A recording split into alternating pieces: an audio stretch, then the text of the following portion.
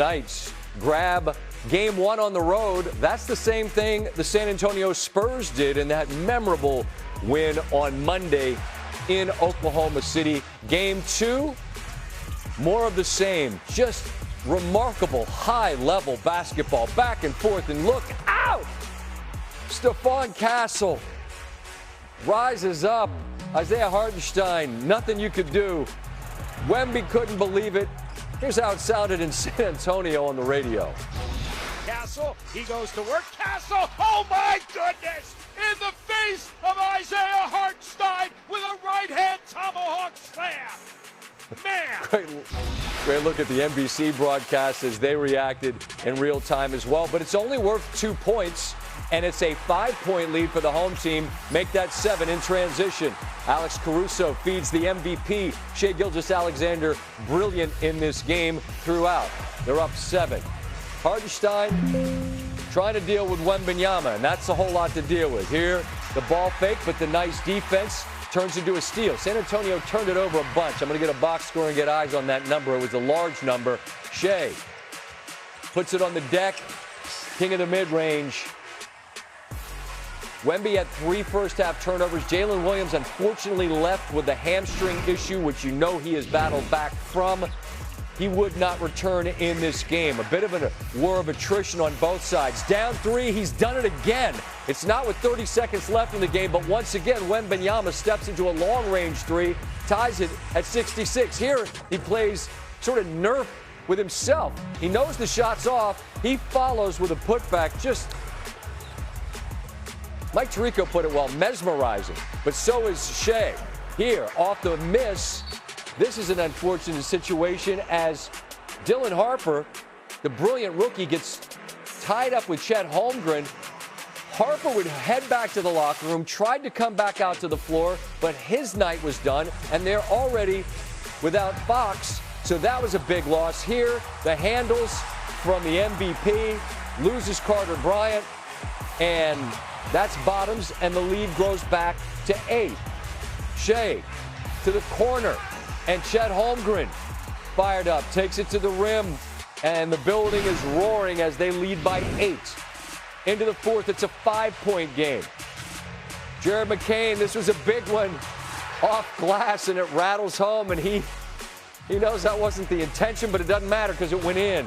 Then it's Shai on the floater, bucket good, the lead grows to 9.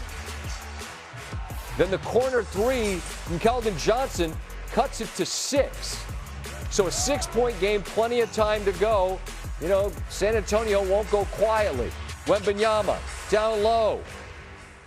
Another 2, and it's a 5-point game. Step back, MVP stuff right there, and Shai knew just how much that mattered. 7-point lead. The threes were falling to keep San Antonio close, but now this game is basically a wrap as Shai, Caruso down the lane. Caruso's been great the first couple. 30 and 9 for Shai, and it's a 9-point victory as the Thunder improved to 9-1. They're the 4th defending champion this century to win 9 of their first 10 postseason games. 2 of the previous 3 went on to repeat as NBA champions. The Heat of 12-13 and the Lakers at the turn of the millennium. Brian Windhorst joins me, and first thing, we'll get to the specifics, but this is breathtaking basketball. Like, to me, this is the game at its highest level when you're seeing these stretches of just haymakers. It's like Hagler-Hearns, first round. Yeah? I'm exhausted. I mean, the level of effort, the level of ingenuity, the level of creativity, the level of just sheer fight that is being displayed by these two teams. I mean, the Thunder have their entire hands full trying to deal with Victor Wembanyama. They are working so incredibly hard to battle him at both ends, to counter him, to figure out a way around him, over him, behind him. They're holding him, they're shoving him, they're pushing him. And then the Spurs are dealing with guys falling down with injury. I mean, this is really, truly going to be the heavyweight aspect of this is who's going to be standing at the end. This feels like 4 games have been packed into 2. And, so tonight, I would just say, incredible strategic move by the Thunder to go with Isaiah Hartenstein as the primary defender on Victor Wembanyama, which was able to hold him down. But the injury report is going to be almost the most important thing before Game 3 because both teams lost key players tonight. I'm not sure who's going to be upright in 2 days. Well, obviously, and we showed it in the highlight, Williams, who came back in Game 1 after sitting with the hamstring issue. They hadn't needed him. That's a hell of a luxury, a player that talented that they didn't need to win all the games they already have. But in the case of the Spurs, who are already without Fox, who's a difference maker at point guard, to lose Harper, what was the impact of his absence down the stretch in your estimation? I think a potential loss of Dylan Harper is potentially gigantic because we've got a high ankle sprain on De'Aaron Fox. That is an injury that is not going to probably get that much better. He may be able to gut it out, but you're looking at not having him right. So then Harper looks like, a potential leg injury there, like maybe a hamstring. If that's a situation that causes him to miss time, you're just playing too thin on the perimeter. Stephon Castle is playing tremendous basketball, but he's being asked to do so much. He had 9 turnovers in this game after 11 in Game 1. They're just running out of bodies on the perimeter here. They're asking so much of their guys. And then, Jalen Williams, if that's the hamstring again, that's his 4th hamstring injury this year. And then right at the end of the game, A.J. Mitchell, who's his de facto replacement, looks like he may have injured his quad. I mean, it's crazy what's going on.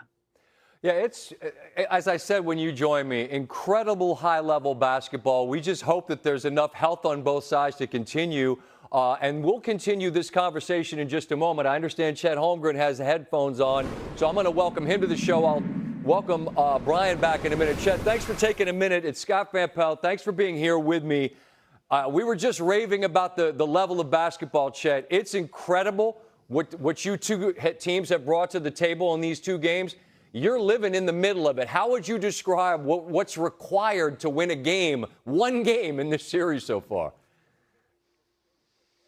Yeah, SVP, first of all, Kay, good to see you. It's good to be on the show with you. But yeah, this is the basketball doesn't get better than this. These 2 great teams right here, and we saw it the last 2 games. It's been a fist fight back and forth all the way down the stretch. So we can't expect anything else for the rest of the series. We just got to keep punching. Alex Caruso explained to me last year when I asked him for some insight on Shai. He said he's not the most vocal leader. It's an example thing. What was the example from Shai in between Game 1 and then during Game 2 where he was brilliant? Is there a way to describe it, Chet? I think just the way that he carried himself. No matter what happens, he's going to continue to walk with confidence, come in, get his work in, and everybody follows suit. And, I think it's good that the, head of the snake kind of sets that tone. Well, and he, as I say, he was great tonight, and it feels like next man up. We were just talking to Brian Windhorst. I don't know how much you heard, but, unfortunately, we see Jalen leave again with the hamstring issue. You guys have had to play through some of that. AJ stepped up, and, maybe he gets hurt in the end, but you guys have to deal with adversity even though you're as great as you've been. How much does that prepare you for moments like this when it is literally next man up? Yeah, adversity can come in any form, and this is the world of athletics. Things like that happen. You never want to see it happen. For either team, everybody wants to play fully healthy, but that's part of the game. And no matter what happens, what the adversity is, we got 17 dudes who are ready. Whenever their name's called.